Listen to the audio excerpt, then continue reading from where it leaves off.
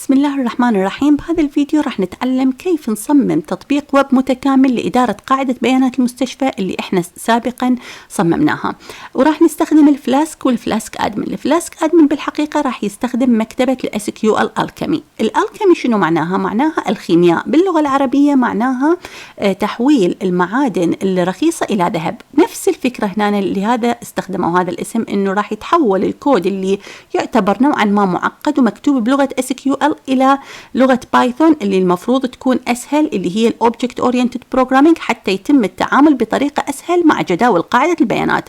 وأيضا تستخدم الجينجا 2 تمبلتس اللي هي شنو؟ تعرض لنا البيانات بفصورة ديناميكية بصفحات ال HTML. فخلي نشوف شكل التطبيق مالتنا كيف راح يكون. هذه جداولنا، إذا تتذكرون هاي جداولنا اللي احنا صممناها بقاعدة البيانات. هنا أنا ممكن أنه أسحب هاي الجداول.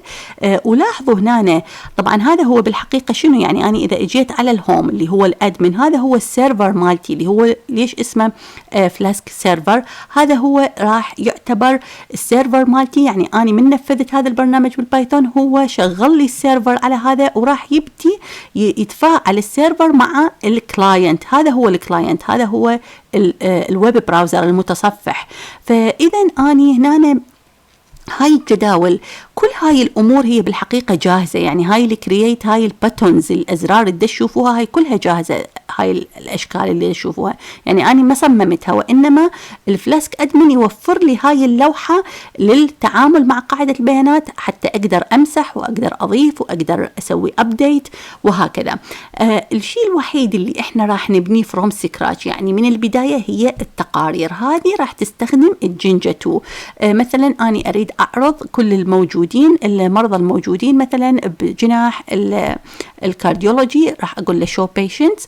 ممكن أنه أعرض كل الأطباء اللي يشتغلون بقسم النيورولوجي، فأقول له شو دكتورز، راح يشوفني الأطباء وهكذا. وممكن أنه أرجع عن طريق هذا اللينك إلى الصفحة بالبداية. فبهذا الفيديو راح نتعلم كيف ممكن أنه نسحب من قاعدة البيانات، ممكن كيف يعني نخزن صورة، نغير هاي الصورة، وكيف ممكن أنه نخزن أيضا دوكيومنت في قاعدة البيانات. يعني هسه راح تشوفون كيف نسوي كرييت جديد، وكيف ممكن أنه بهذا الكرييت راح أسوي تشوز فايل، أختار صورة وأختار وين راح تروح هاي الأمور، وكيف ممكن أنه نصممها زين. فهاي الأمور كلها اليوم راح نتعلمها. بس قبل ما نتعلم هاي الأمور أنا أريد أشرح الستركتشر، لأنه هو بالحقيقة صعب شرح هيك بروجكت بطريقة أنه أنتم تفهموها. فأنا أريد أشرح الستركتشر بصورة عامة، لأنه هاي أمور راح ننصب. هو مو صعب أبدا، بس يحتاج أنه إحنا نفهم الأمور خلف الكواليس. فأول شيء البراوزر مالتنا اللي أنتم شفتوه هذا هو الكلاينت اللي هو المتصفح. هذا إحنا راح نسوي عن طريقه HTTP request. يعني أنا كل ما أضغط مثلا البيشنت، معناها أنا دا أقول له أريد تجلب لي البيشنت، اسوي جيت اللي هي هاي الداله. وكل ما اريد اغير او يعني خلينا نقول أخزن فد ريكورد جديد، معناها دا أقول له بوست. فهذه عن طريق البراوزر راح أسوي هاي الريكوست. هاي مع منو راح تتعامل؟ راح تتعامل مع الفلاسك سيرفر اللي أنا مشغلته على الحاسبة مالتي. هذا بداخله ايش راح يكون؟ راح يكون الفلاسك أدمن اللي بداخله يستخدم مكتبة الألكيمي اللي هي تستخدم الأوبجكت ريليشنال موديل. معناها راح تستخدم كل جدول إحنا موجود بقاعدة البيانات راح تحوله إلى كلاس، وراح نتعامل بالأوبجكت أورينتد بروجرامينج. يعني هي الجسر اللي يربط بين البراوزر ويربط العفو مو بين البراوزر، بين الكود المكتوب بالبايثون وبين قاعدة البيانات. طبعا والتقارير والديتا اللي نعرضها هي تستخدم بالحقيقة الجينجا 2. فكيف ننصب هاي الأمور كلها؟ خلينا نشوف شلون راح نبدي. أول شيء راح نحتاج فد فولدر. فأنا اختاريت الدي، راح أسوي رايت كليك وأقول له نيو فولدر. أنطي هذا الفولدر فد اسم، راح أقول له فلاسك، أسميه هوسبيتال. داخل هذا الفولدر راح أسوي virtual environment. شنو معنى ال virtual environment؟ هو البيئة الافتراضية، وكأنه راح أنصب فد نسخة من البايثون الموجود على السيستم، راح أنصبها بداخل هذا الفولدر وأسوي كل تنصيباتي. فراح أحتاج أنه أروح على الكوماند برومبت وأفتح الكوماند برومبت وأشوف وين موجود البايثون، راح أسأله أقول له وير بايثون حتى أشوف كل نسخ البايثون الموجودة وأعرف هي وين متنصبة حتى أضمن إنه آخذ أجدد نسخة. فهاي عندي أجدد نسخة، راح أسوي لها كنترول سي خزنتها، راح أسوي من هاي النسخة من هذا البايثون بداخل هذا الفولدر، بحيث إذا ردت أنقل شغلي لمكان آخر أنا راح أنقل هذا الفولدر ويا البايثون، وراح أنصب كل المكتبات الأخرى اللي أحتاجها راح أنصبها بداخل هذا الفولدر. طبعا التنفيذ أكيد راح يكون عندي بدون مشاكل، لأنه دائما تعرفون أكيد ومار عليكم إذا أنتم منفذين البرامج دائما يصير عندكم مثلا برنامج مدى يشوف مكتبة ما موجودة، مدى يشوفها، يعني ليش؟ لأنه هي بغير مكان متنصبة، مدى يشوف الفايلات الموجودة على السيستم وتحتاجون أن تضيفون باث وهكذا. هذا هو أحسن الحلول، أنه نسوي virtual environment حتى نسوي بيئة التنصيب نجمعها كلها بمكان واحد.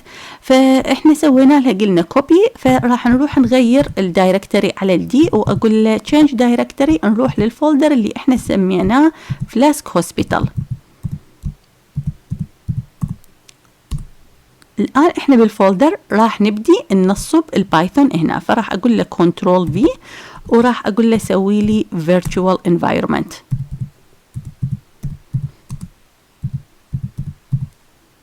هسه هو راح يبدي ياخذ نسخة، لاحظوا اجى الفولدر مباشرة من البايثون، وبعدين راح ابدي انصب مكتباتي، واني المكتبات اللي راح ننصبها طبعا كلها كتبتها بهذا خلينا نقول النوت باد. ليش؟ لأنه أنا نسخ معينة ثابتة، يعني أنا أخذت هاي النسخة من الفلاسك وهاي النسخة من الأدمن. ليش؟ لأنه بالحقيقة من نفذت صار عندي مشاكل، إنه بعض النسخ ما تشتغل، مو كل النسخ تشتغل بطريقة صحيحة مع بعضها، فاحتاجيت إنه أشوف يا نسخ اللي هي أضمن بها إنه التنفيذ يكون بدون مشاكل، فجمعتها كلها بهذا النوت باد. هسه لاحظوا أنا صار عندي جاهز الفيرتشوال انفايرمنت، لكن لازم أسوي له activate. كيف أسوي له activate؟ راح أقول له virtual environment scripts activate.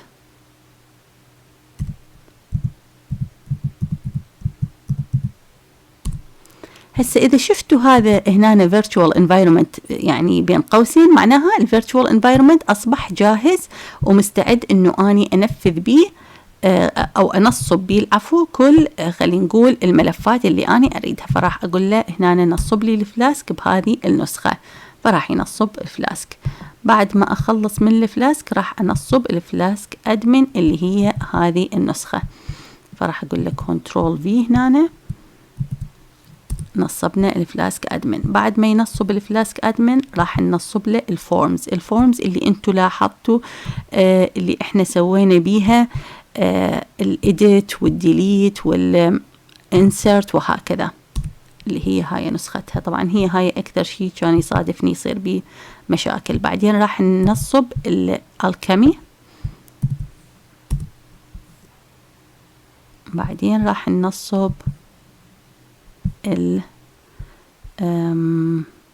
العفو هاي الفلاسك الكيمي بالبداية مو مال الاس كيو ال، مال الفورمز اللي هي تابعة للفورمز. راح احتاج ايضا اللي هي هاي النسخة انصبها، وراح اخر شيء انصب الكونكتر اللي هو البايثون حتى يربط لي مع البايثون.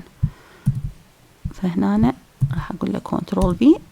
الان صار عندنا كل الأمور اللي نحتاج ننصبها موجودة بهذا الفولدر. وطبعا هذه هسه إذا أفتح الفيرتشوال انفايرمنت فولدر راح أشوفها كلها موجودة، لكن أنا أريد الآن أشوفها خلينا نقول الفيجوال ستوديو كود. فحتى أشوفها بالفيجوال ستوديو كود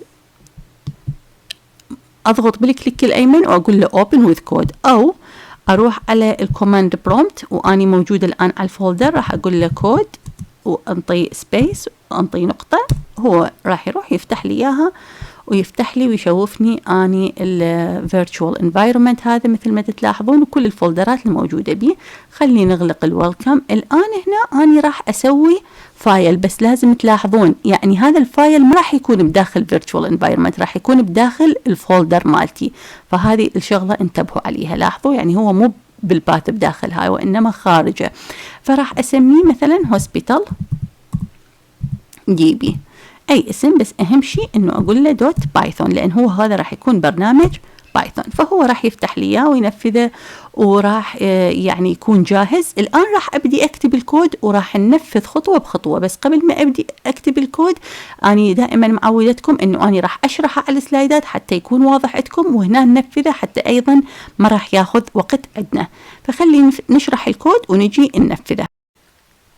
أول شيء راح نحتاج نسوي import للكلاسات من المكتبات اللي إحنا نصبناها. فأول كلاس هو الفلاسك راح نستدعيه، وأيضا راح نسوي استيراد للكلاس admin. هذا الكلاس راح أشرح ليش إحنا استدعيناه وسوينا له import. فأول شيء نسويه إنه راح نسوي object. هذا الobject نسميه up. هذا الobject سويناه من الكلاس اللي هو اسمه فلاسك. معناها راح يرث كل صفاته. طبعا هاي شنو معناها اللي هي الاندرسكور؟ معناها انه احنا نبلغ يعني الفلاسك مالتنا التطبيق انه هذا البرنامج اللي هو احنا رتبناه واللي هو دوت باي مالتنا هو البرنامج الرئيسي والكود الرئيسي اللي يشغل السيرفر. بعدين احنا ايش راح نسوي؟ راح نسوي سيت اب للادمن. ايضا راح نسوي فد اوبجكت نسميه ادمن. معناها احنا صار عندنا هذول التو اوبجكت هي اللي راح نتعامل وياهم بالمستقبل. وراح هذا الكلاس اللي هو الادمن راح نمرر له التطبيق مالتنا وراح نعطيه اسم وراح نقول له كل الازرار والاشكال اللي احنا شفناها مال الديليت، اشكال الباتونز الموجوده كلها تخضع للديزاين مال البوت ستراب 4. بعدين راح تجي داله الديكوريتر. هذه شنو؟ ليش احنا نسوي هاي العلامه؟ هاي يسموها ديكوريتر او المزين. هاي شنو معناها؟ معناها تقول للتطبيق انه الدالة اللي راح تجي بعدي اللي هي مثلا هنا اسمها هوم، هاي الدالة هي اللي راح تتنفذ لما اليوزر يدخل على البراوزر ويروح على الروت. هذا معناها الروت. فهنا وين راح يتم التنفيذ؟ راح يجي على هاي الدالة. هاي الدالة مباشرة أنا سويت له ريدايركت. ليش؟ لأنه أنا طبعا راح أمسح هذه هسه بالتطبيق. راح تشوفون هذا ننفذ البرنامج بالبايثون ونشوف وين راح ياخذنا إذا مسحنا هاي وين راح ياخذنا إذا إحنا بقينا هاي بالحقيقة إيش تسوي؟ راح تسوي تجبره إنه يروح على صفحة الأدمن اللي إحنا سوينا لها سيت اب. أما إذا ما وضعناها وضعت مثلا هلو، يعني معناها ما راح أروح على هاي الصفحة وإنما أروح على التطبيق مالتي اللي هو الفلاسك. فأني أحتاج إنه أقوده وأوجهه إنه يروح على الأدمن. بعدين لازم نقول له ران. ليش؟ لأنه إذا ما نفذناه للتطبيق هذا ما راح يشتغل السيرفر مالتنا. فهاي الرن كلش مهمة. خلينا نروح على الفيجوال ستوديو كود ننفذ هذا الكود ونشوف شنو اللي راح يصير. أول شيء راح نروح هنا على الرن ونقول له رن بايثون فايل ونشوف الاوتبوت مالتنا. لاحظوا هسه هو شغل السيرفر وهذا هو السيرفر مالتي. يعني لو هنا اجي الاحظ انه هذا اكو فد لينك، اذا اقول له كنترول كليك مباشره راح يوديني على السيرفر، واذا اني حافظته ممكن انه اني اوتوماتيكيا اروح. لاحظوا هذا هي صفحه الادمن هوسبيتال ادمن، هذا هو الاسم وهذا هو الهوم، وراح نبدي نضيف كلاساتنا. زين لو نفترض انه احنا غيرنا هذا الشيء وهنا بدل ما نسوي هذا الريدايركت راح نقول له هلو. هقول له هلو نشوف شنو اللي راح يصير. لازم أسيف أخزن.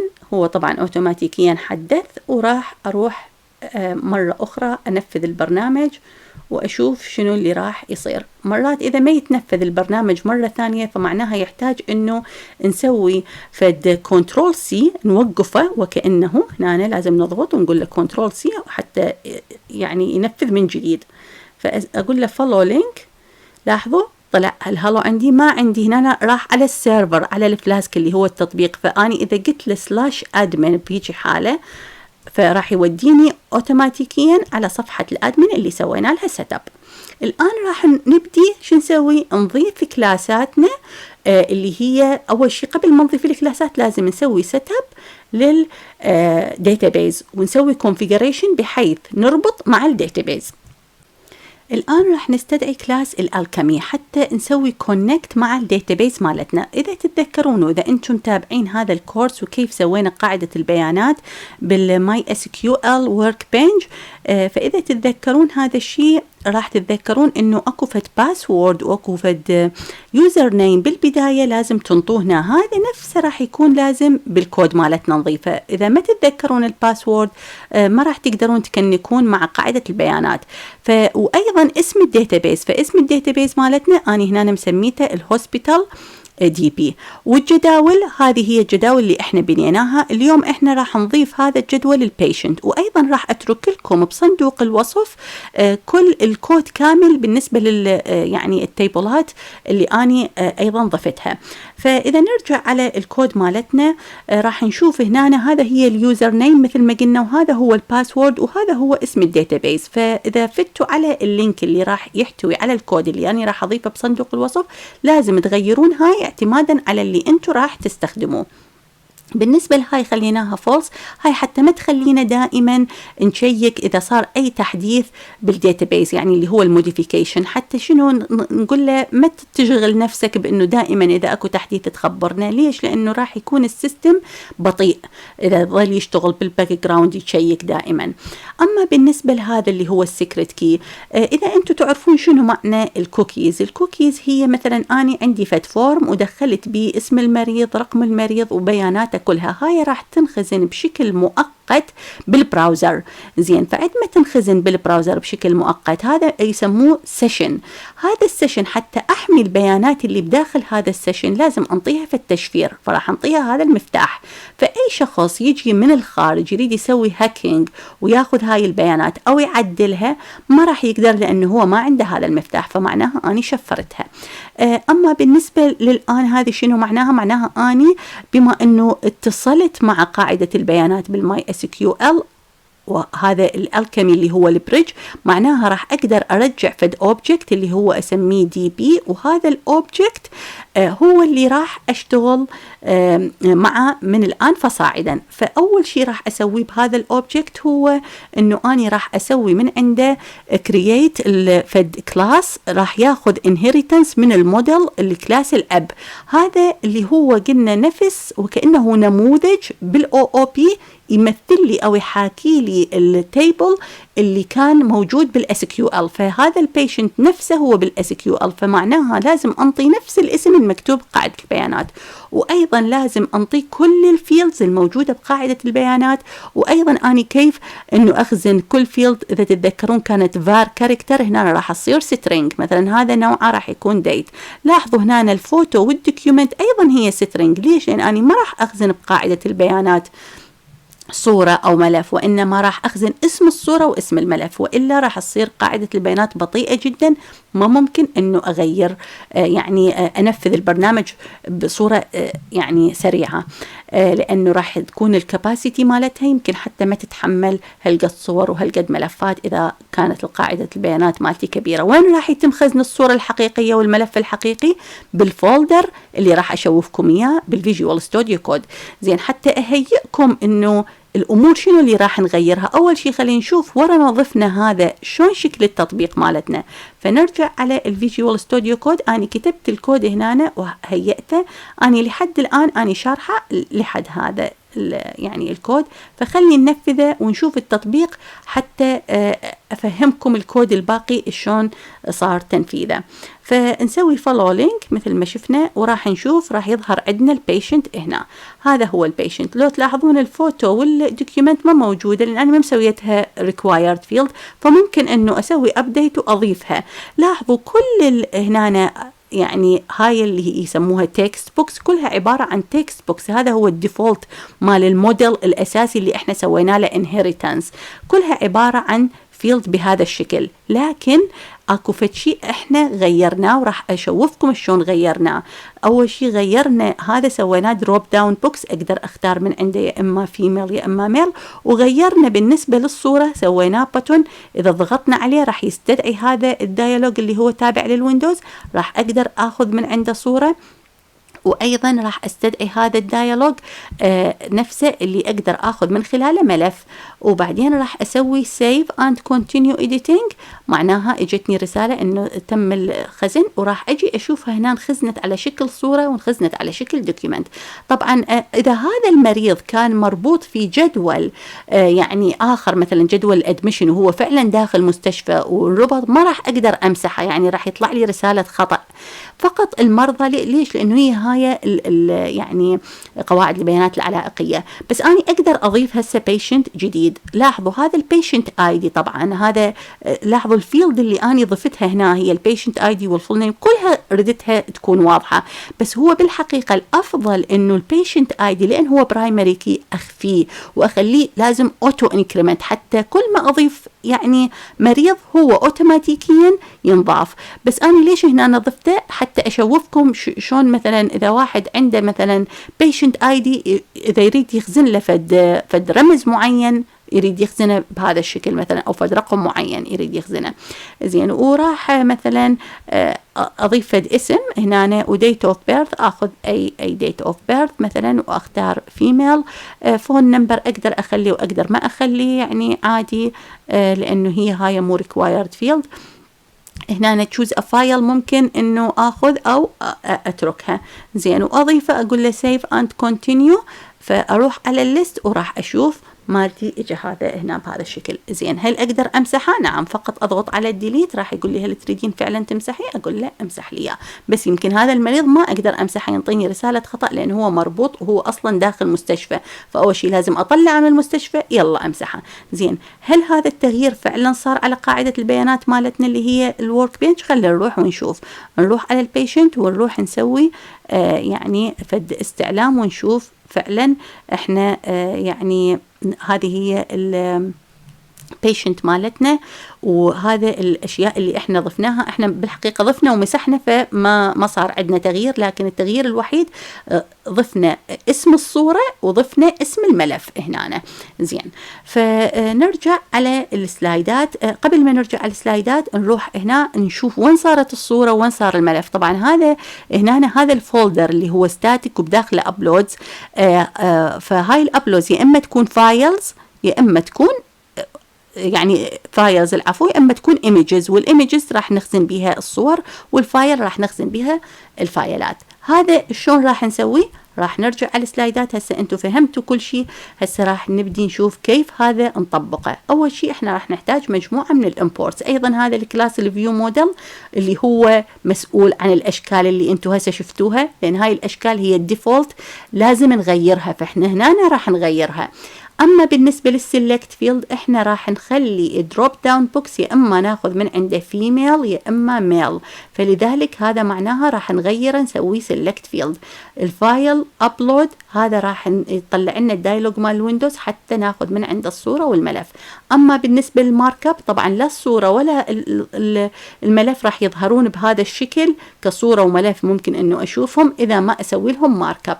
الاو اس هذا الاوبريتنج سيستم. زين، فخلي نشوف.